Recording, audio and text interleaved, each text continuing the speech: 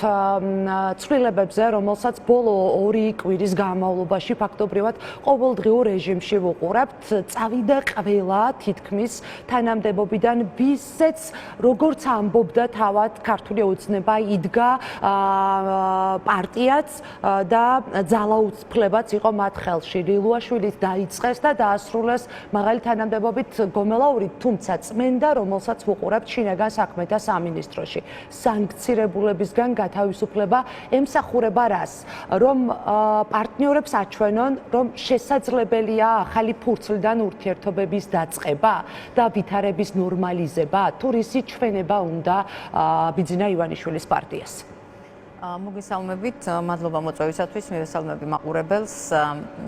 ჩვენ არ უნდა დაგვავიწყდეს, რომ ეს ხალხი იყო ყველა ივანიშვილის ერთგული პირები. ანუ ისინი ჩვენ ამ თვეების მანძილზე დავინახეთ, რომ ერთგულად ემსახურებოდნენ რეჟიმს და იმისათვის, რომ რეჟიმს შეენარჩუნებინა სიცოცხლის უნარიანობა, ისეთ დარღვევებს და ადამიანის საწინააღმდეგო ისეთ სისასტიკეს ჩადიოდნენ, რომლის მომსწრე ჩვენ გავხდით არა მხოლოდ საქართველოს მოქალაქეები, არამედ მთელი მსოფლიო. მაგრამ ჩვენ აი ეს ამ გადაადგილებებმა არ უნდა დაგვაბნიოს და რაღაცა შეცდომაში არ უნდა შეგვიყვანოს, რამე თუ როგორც ვხედავთ ბატონ ივანიშვილისათვის მთავარი არის, რომ თვითონ დარჩეს ხელისუფლებაში და ამ მიზნით ის ნებისმიერ ერთგულ ადამიანს მოიცილებს, რამე თუ ესენი იყვნენ მისი ამ რეჟიმის ერთგულები და ეს თავის მხრივ მიანიშნებს იმას, რომ თავად რეჟიმში არის უნდობლობა დაწყებული, ანუ ივანიშვილი შესაძლოა ბევრ ვინმეს ამ ეტაპზე არ ენდობა და ამ ერთგულ ადამიანებსაც მათ შორის, რომლებიც სისასტიკით გამოირჩეოდნენ და აქამდე რეჟიმი ამართლებდა მათ ყველა მოქმედებას და ის რომ ამართლებდა ეს იქედანაც ჩანს, რომ არც ერთ ფაქტზე, ადამიანის უფლების დარღვევის ფაქტზე სამართალდამცავი ორგანოების წინააღმდეგ ერთი სისხლის სამართლის საქმეც კი არ არის აღწრული, ეს თავის მხრივ მიანიშნებს, რომ ეს ნამდვილად ფასადური ცვლილება. ეხლა რაც შეეხება თქვენი კითხვის მეორე ნაწილს, რომ ეს ხო არ არის მაგალითად, რომ აჩვენოს დასავლეთს, რომ თითქოს რაღაცა ცუდა ფურცლიდან იწყებს, არა, ასე ვერ მივიღებ. შემსუბუქების მცდელობა თავად ივანიშვილის არის თუ არა, მე ვფიქრობ, რომ ჩვენ აი ამ ასეთ გაგებას არ უნდა შევხედოთ, რადგან ცალსახად ითქვა დასავლეთიდან, რომ გადატვირთვა როგორც ასეთი არ იქნება, მანამ სანამ არ შესრულდება ყველა ის მოთხოვნა და ყველა ის დემოკრატიული ასე ვთქვათ განვითარებისთვის და დემოკრატიული და სამართლიანი და სამართლებრივი სახელმწიფოსთვის აუცილებელი კომპონენტები, რაც უკვე ჩვენ წარმოგვედგინა როგორც კანდიდატ ქვეყანას. ამდენად ივანიშვილის რეჟიმს, ქართული ოცნების რუსულ რეჟიმს არ უნდა ქონდეს მოლოდინი, რომ გადატვირთვა მოხდება ამ ფასადური ცვლილებების შედეგად. ჯერ ერთი ჩვენ არც ვიცით ეს ხალხი რისი ჩამდენია, ვთქვათ, იგივე წინააღმდეგობის გაწევის მომენტი რო იყოს და ეს სამართლიანი წინააღმდეგობა იყო. ლევან მაისურაძე, რომელმაც შეცვალა ვაჟა სირაძე, მისი სახელი პირდაპირ ახალი მინისტრის დანიშვნის დღესვე დაუკავშირდა თქვენი პარტიის ლიდერის ნიკა მელიას სპეცოპერაციით დაკავების საქმეს, ასევე ლაშა გოგნიაშვილი. თუ ამ მიმართულებას მივყვებით, ეს გელაძის სანდო კადრთა დაწინაურებადაც შეგვიძლია განვიხილოთ? არ არის გამორიცხული, მაგრამ იმავდროულად ეს არის ხალხი, რომლებსაც რეჟიმი ამ ეტაპზე გარკვეულ ნდობას უცხადებს. აქედან გამომდინარე, როდესაც ჩვენ რეჟიმთან კავშირში განვიხილავთ ამ ცვლილებებს და ბუნებრივია, რომ ეს ასეა, ჩვენ ვერ გვექნება იმის მოლოდინი, რომ ესენი რადიკალურად განსხვავებული იქნებიან წინამორბედებისაგან და რატო? იმიტომ რომ რეჟიმი ცდილობს შეინარჩუნოს ძალაუფლება და ამ ძალაუფლების შენარჩუნებას ის ცდილობს სწორედ ძალადობრივი მეთოდებით და ამ ძალადობრივი მეთოდის გამოვლინება არის არაერთი აი ეს საქმეები, რომლებიც უკავშირდება მათ შორის ასე ვთქვათ ჩვენ სინდისის პატიმრებს, ხო, რომლებიც უსამართლოდ არიან ამ წუთში ციხეებში, ასევე უამრავი ძალადობის ფაქტი და ადამიანების დასახიჩრებების, სხეულის დაზიანებები, ძალადობები, რომლებიც გამოუძიებელია სამართალდამცავი ორგანოების ბრალეულობა და არის კიდევაც ეს ხო, რა თქმა უნდა, მათ წინააღმდეგ. ანუ ამ ერთობლიობაში ჩვენ არ უნდა განვიხილოთ რომელიმე ერთი კონკრეტული მოქმედება რეჟიმის მხრიდან ცალკე აღებული. ჩვენ უნდა შევხედოთ ამას ერთობლიობაში და არ უნდა დაგვავიწყდეს რა უძღოდა ამას წინ, რა ეტაპს გავდივართ ეხლა და ლოგიკური შეფასება სადამდე მივყავართ, როდესაც საუბარი არის ქართული ოცნების რუსულ რეჟიმზე, იმიტომ რომ რუსული რეჟიმი არ ცვლის თავის მოქმედება, ზოგადად რეჟიმებს არ ახასიათებს თავისი რაღაცა ხაზის შეცვლა, ისინი რასაც აკეთებენ, ყოველთვის აკეთებენ ერთი მიზნით, ეს არის მათი ხელისუფლების შენარჩუნება. ამდენად არ უნდა დაგვაბნიოს და არ უნდა შეგვიყვანოს შეცდობაში ამ ფასადურმა ცვლილებებმა, რომ თითქოს ეს გაუმჯობესებას ემსახურება. ხო, ეს არც მიფიქრია, მე ვიკითხე რისთვის ვისი არის გათვლილი. არა, მე მინდა რომ მაყურებელსაც ვისი არის გათვლილი ეს პროცესი თქო.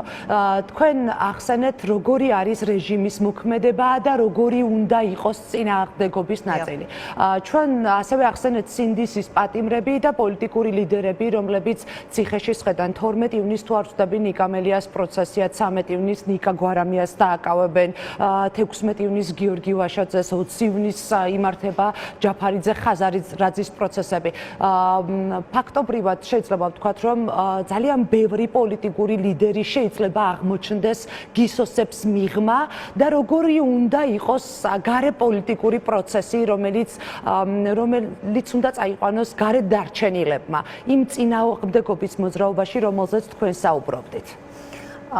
დიახ, ნამდვილად ძალიან რთული პერიოდი უდგას ახლა პროდასავლურ პარტიებს, რომლებმაც გადალახეს მათ შორის ქართული ოცნების რუსული რეჟიმის მიერ გაყალიბებულ არჩევნებში ეს 5%-იანი ბარიერი და რა თქმა უნდა ეს რთულია ოპოზიციისთვისაც, მათ შორის იმ ადამიანებისთვის, რომლებსაც უკეთესი მომავლის რწმენა აქვს, მაგრამ აქ ჩვენ არ უნდა გამოგრჩეს ერთი მნიშვნელოვანი, რომ ყოველთვის პრინციპებისთვის და თანმიმდევრულად ბრძოლას აქვს ყოველთვის აზრი და ამდენად ალბათ, მაგრამ თუმცა გადასახალისებელი, გადასახედი იქნება ოპოზიციის სამოქმედო გეგმა თუ ნაბიჯები, რომელსაც გადადგამს, ხო? სხვა პოლიტიკურ მოცემულობაში აღმოჩნდება პოლიტიკური სპექტრი, ოპოზიციური პოლიტიკური სპექტრი. ბუნებრივია, როდესაც ლიდერები არ იქნებიან გარეთ და იქნებიან გისოსებს მიღმა, ეს რთულია ყველა პროდასავლური პარტიისთვის, მაგრამ ყველა პროდასავლური პარტია არის მზად იმისთვის, რომ მტკიცედ და ასე ვთქვათ, თანმიმდევრულად ებრძოლოს რუსულ რეჟიმს. ყველა სხვადასხვაგვარად ხედავს ამას, ეს რამდენად გამართლებულია თუ არ არის გამართლებული, ეს ცალკე საკითხია, ვთქვათ, თვითმმართველობის ნაწილში, მაგრამ ყოველ შემთხვევაში ყველა დარწმუნებულია იმაში, რომ რუსული რეჟიმი, ქართული ოცნების რუსული რეჟიმი უნდა ჩამოიშალოს. თან ეს გისოსებს მიღმა ლიდერების მოთავსება ხო არ ნიშნავს, რომ პროდასავლური პოლიტიკური პარტიებმა ამით თითქოს გულხელ დაიკრიფეს და არაფერს არ გააკეთებენ. რა თქმა უნდა, მუდმივი კომუნიკაცია და მუდმივი კავშირი იქნება ლიდერებთან და ასე რომ ივანიშვილის რეჟიმს არ უნდა კონდეს მოლოდინი, რომ თითქოს ამით პროდასავლური პოლიტიკური პარტიები რაღაცა დაფრთხებიან, მათი მოქმედება შენელდება, ან პროტესტი შენელდება. არა, ეს კიდევ უფრო მტკიცე გახდება და ბუნებრივია, მთავარი მიზანი არავითარ შემთხვევაში არ იცვლება. მთავარი მიზანი არის პოლიტიკური პატიმრების გათავისუფლება და ახალი საპარლამენტო არჩევნები. თქვენ ახსენეთ თვითმმართველობის არჩევნები ახლა ერთ ფრაზაში და განსხვავებული ხედვები თუ დამოკიდებულებები. ალბათ ხედვებით განსხვავებული ხედვა მსუბუქად ნათქვამი იყო, იმიტომ რომ ბოლო დღეების განმავლობაში ჩვენ ძალიან მწვავედ დაპირისპირებასაც კი ვუყურებთ პოლიტიკურ პარტიებს, პროდასავლურ პოლიტიკურ პარტიებს შორის ამ განსხვავებული მიდგომებთან დაკავშირებით. თქვენი კოალიციის აზრი გასაგებია და ვიცით ყველამ, რომ დამოკიდებულება რომ ამ არჩევნებში შესვლის შესაძლებლობას არც განიხილავთ და ამისთვის გაქვთ თქვენი არგუმენტები. ჩვენი წინასტუმარი იყო გიორგი სიორიძე, რომელიც ამბობდა, რომ ერთ-ერთ არგუმენტად, სხვა არგუმენტებთან ერთად ამბობდა, რომ სხვა ფრონტზე ბრძოლის გახსნა იქნება დამხმარე ოპოზიციისთვისაც და პროტესტისთვისაც იმისთვის, რომ რეჟიმის ცვლილება დაიწყოს და ხელისუფლების ცვლილება დაიწყოს. რატომ არ განიხილავთ ამ ჭრილში თვითმმართველობის არჩევნებს? რა მინუსი აქვს თვითმმართველობის არჩევნებს თქვენთვის, რას აფუჭებს და რატომ გონიათ, რომ ეს დამატებითი ფრონტი თუ ბრძოლის ველი არ იქნება? მადლობა ამ კითხვისთვის. რამე თუ მართლაც ეს დღეებია, განსაკუთრებული დისკუსია მიმდინარეობს და მე ვიტყოდი, რომ აი პროდასვალური პარტიები, რომლებიც მხარს უჭერენ თვითმმართველობის არჩევნებში შესვლას, მე ვფიქრობ, რომ მცდარ შეფასებებს უკეთებენ პოლიტიკურ პროცესსაც და მათ შორის თვითმმართველობის არსს და ზოგადად ხელისუფლების არსს. ჩვენ არ უნდა დაგვავიწყდეს, რომ ჩვენ ვამბობთ, რომ მოქმედი ხელისუფლება არის არალეგიტიმური. პარლამენტი, რომელიც 26 ოქტომბერს 2024 წლის 26 ოქტომბერს უნდა ჩამოყალიბებულიყო, არალეგიტიმურია. პროდასავლური პარტიები ამ არალეგიტიმურ პარლამენტში მონაწილეობას არ იღებენ და ვარი განაცხადეს მონაწილეობაზე, ანუ ხელისუფლება არის არალეგიტიმური. როდესაც ჩვენ ვამბობთ, რომ იცით რა, თვითმმართველობა კონსტიტუციით არის განმტკიცებული და აი თვითმმართველობაში შესვლა არ ნიშნავს ლეგიტიმურობის აღიარებას, აი ეს უკვე არის, აი აქ არის სწორედ პოლიტიკური ხედვის პრობლემა და ზოგადად არამხოლოდ სამართლებრივი პროცესებისადმი არასწორი დამოკიდებულება და სამართლებრივად არასწორი შეფასება, პოლიტიკური კუთხითაც არასწორი შეფასება. რატომ იცით?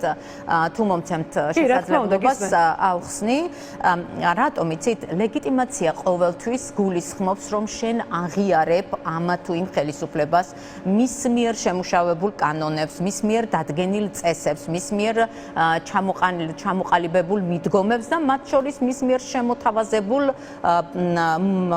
მოქმედებას, ანუ დღის წესრიგს, მათ შორის ის, რომ მათ შორის დავასრულებ, მათ შორის ჩვენ ვეუბნებით, რომ მთავარი ხაზი რა არის ჩვენი პროტესტის.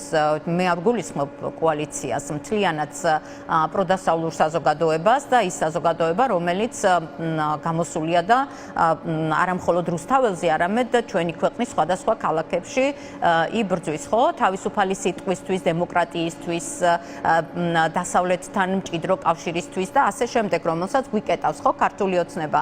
მთავარი არის ის, რომ აუცილებლად უნდა ჩაინიშნოს საპარლამენტო არჩევნები, აუცილებელია ეს, რომ დემოკრატია დაბრუნდეს და ჩვენ დაუბრუნდეთ, ასე ვთქვათ, დასავლური განვითარების, ევროპული განვითარების ორბიტაზე და ამ დროს, როდესაც შენ ცვლი ამ მიმართულებას და ამბობ, იცით რა, არ არის ლეგიტიმაციის აღიარება, მე თუ შევალ თვითმმართველობის არჩევნებში, სწორედ რომ ლეგიტიმაციის აღიარებაა და აი აქ არის სწორედ პრობლემა პროდასავლური, იმპროდასავლური პოლიტიკური პარტიების, რომლებიც აქ შესვლას აპირებენ. და აი ორი კითხვა მინდა რომ მოვასწრო. თქვენ ახსენეთ, რომ თუ კი შეხვალ ამ არჩევნებში ეს ნიშნავს, რომ აღიარებ არალეგიტიმურ მთავრობად, ხელისუფლებად გამოცხადებული პარტიის დადგენილ წესებს თუ კანონებს.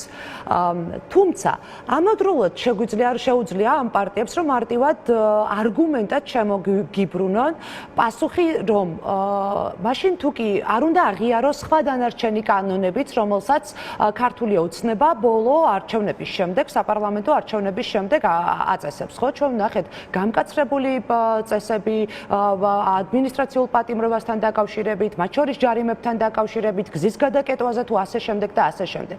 თუმცა ადამიანთა ნაწილი, მათ შორის პოლიტიკოსთა ნაწილიც ემორჩილება იმ ახლად დადგენილ წესს, რომელიც დააწესა ქართულმა ოცნებამ და მაგალითად იხდის ჯარიმას. ეს არის გზის გადაკეტვასთან დაკავშირებით თუ წულუკიანის კომისიასთან დაკავშირებით. სამხრივ ჭრილში ხომ არ გამოდის მაშინ საუბარი ამაზე. თუ პოლიტიკურმა პარტიებმა თქვეს ეს არგუმენტი, მინდა რომ გავუმიჯნოთ. არა, მე ახლა გეუბნებით, რომ მე რომ მათ ადგილას ვიყო თქო, ამ არგუმენტს შემოგიბრუნებდით თქო.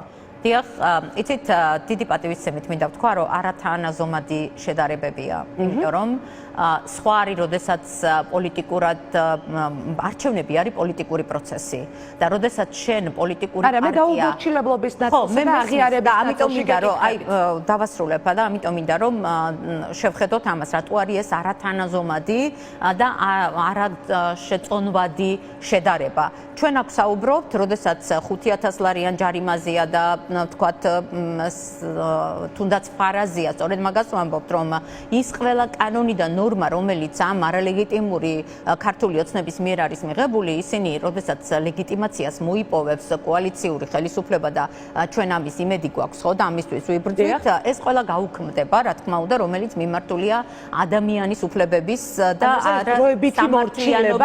მორჩილებას არასწორი განმარტება არის. აქ არის საუბარი, რომ ყველა ადამიანი ვალდებულია დაიცვას, ასე ვთქვათ, საკუთარი თავისუფლება და იზრუნოს იმისათვის, რომ რეჟიმმა კიდევ უფრო მეტად არ გამოიყენოს წნეხი მის მიმართ, რომ აი ამ წნეხის გამოყენების შედეგად საუარესო მომენტი არ დადგეს ისევ პოლიტიკოსების ზარდის, მაშინ, როდესაც ეს საუარესო მომენტი აწყობს, ხო, ხელისუფლებას და ამაზე მიუთითებს ფარა, ამაზე მიუთითებს უნდა დავასრულო აუცილებლად თვითმმართველობასთან მიმართებით. მაგრამ, როდესაც ჩვენ საუბრობთ თვითმმართველობაზე და ამისთვის მოგვყავს კონსტიტუცია, ასე ვთქვათ, პრიორიტეტად, რომ აი კონსტიტუცია ამას ამბობს და თავად კონსტიტუციით დადგენილი დღის წესრიგი. ჩვენ არ უნდა დაგვავიწყოთ, რომ რეჟიმის დროს კონსტიტუციები არ ფუნქციონირებს. ძალიან მოკლედ მინდა რომ მიპასუხოთ. ფუნქციონირებს დამანახოს იმ შემთხვევაში, თუ კი არც ერთი პოლიტიკური ძალა არ შევა თვითმმართველობის არჩევნებში, რა იქნება მეორე დღეს? აი როგორ იქნება? აი ხო, რა შეეხება პირველი წინა კითხვის გაგრძელება, მაგრამ ამ ნაწილშიც ვიტყვი, რომ აი რატო განსხვავდება ის უკვე აღწერე და აღნიშნე, რომ რატო ვთქვათ ვიხდით 5000 ლარს, რატო მივდივართ სასამართლო, მაგრამ როდესაც საუბარია პოლიტიკურ პროცესზე, როგორიც არის თვითმმართველობის არჩევნებში მონაწილეობის საკითხი, ხო? აქ ძალიან დიდი მნიშვნელობა აქვს, სწორედ შენ იყო თანმიმდევრული და პრინციპული იმ საკითხების მიმართ, რომელიც სტრატეგიულად ასე ვთქვათ, მიმართულია რეჟიმის ჩამოსაშლელად. მე აქვე მინდა ვთქვა, რომ სიტყვა ბოიკოტი არის არასწორი. ბოიკოტი შეიძლება გამოუცხადო რაღაცა ამა თუ იმ სამართლიან პროცესს, მაგრამ ეს ბოიკოტი კი არ არის, ეს არის სტრატეგია იმისათვის ჩვენი მათ შორის კოალიცია ცვლილებისთვის, რომ ჩვენ დავამარცხოთ ქართული ოცნების რუსული რეჟიმი და აი ეს სტრატეგია სწორად უნდა გათვალოს ყველა პროდასავლურმა პოლიტიკურმა პარტიამ თუ გაერთიანებამ. კი ბატონო, მადლობა. და თქვენი კითხვა იყო, აი 30 წამიც აღარ გვაქვს დარჩენილი. რა იქნება მეორე დღეს არჩევნების შემდეგ? პოლიტიკურ პროცესში. რა იქნება და ფაქტია, ძალიან მარტივია. იქნება ის, რომ ქართული ოცნება გააგრძელებს კრიზისს არალეგიტიმაციისაკენ, იმიტომ რომ ის დარჩება საკუთარ თავთან. საკრებულოებში, აქამდე ხო საკუთარ თავთან იყო არალეგიტიმურ პარლამენტში. ალბათ ნახავთ შექმნილ 4 წუთით გადავწყვეტ და უნდა პარტიები არ შეუქმნიან მას ფასადურ დემოკრატიას. აი ეს ფასადური დემოკრატია არ უნდა შეუქმნან პოლიტიკურმა პარტიებმა. თუმცა თუ კი დასჭირდება ალბათ ამ პოლიტიკურ სუბიექტებსაც მე პროდასავლურ პოლიტიკურ პარტიებს საუბრობ, თორემ მე არ საუბრობ იმაზე, რომლებსაც ივანიშვილმა გადაწყვიტა, რომ ფსევდოოპოზიცია შექმნას და ეს დაანონსა კიდევაც და მე რა მინდა იცით, აი ამ პროდასავლურ პოლიტიკურ პარტიებს ვთქვათ, ნუ იქცევიან ივანიშვილისათვის აი ამ ფსევდოოპოზიციას, რომელიც მან დაანონსა ერთ-ერთი მისი საჯარო გამოსვლის დროს, რომ ჩვენ შევქმნით კონსტრუქციულ ოპოზიციასო და მე არ მინდა რომ პროდასავლური პოლიტიკური პარტიები ასეთ ოპოზიციად იქცენ ივანიშვილისათვის ოპოზიციად, ასე ვთქვათ, ეგრეთ წოდებულ კონსტრუქციულ. მადლობა, მაია კოპალეიჩვილს უსმენთ.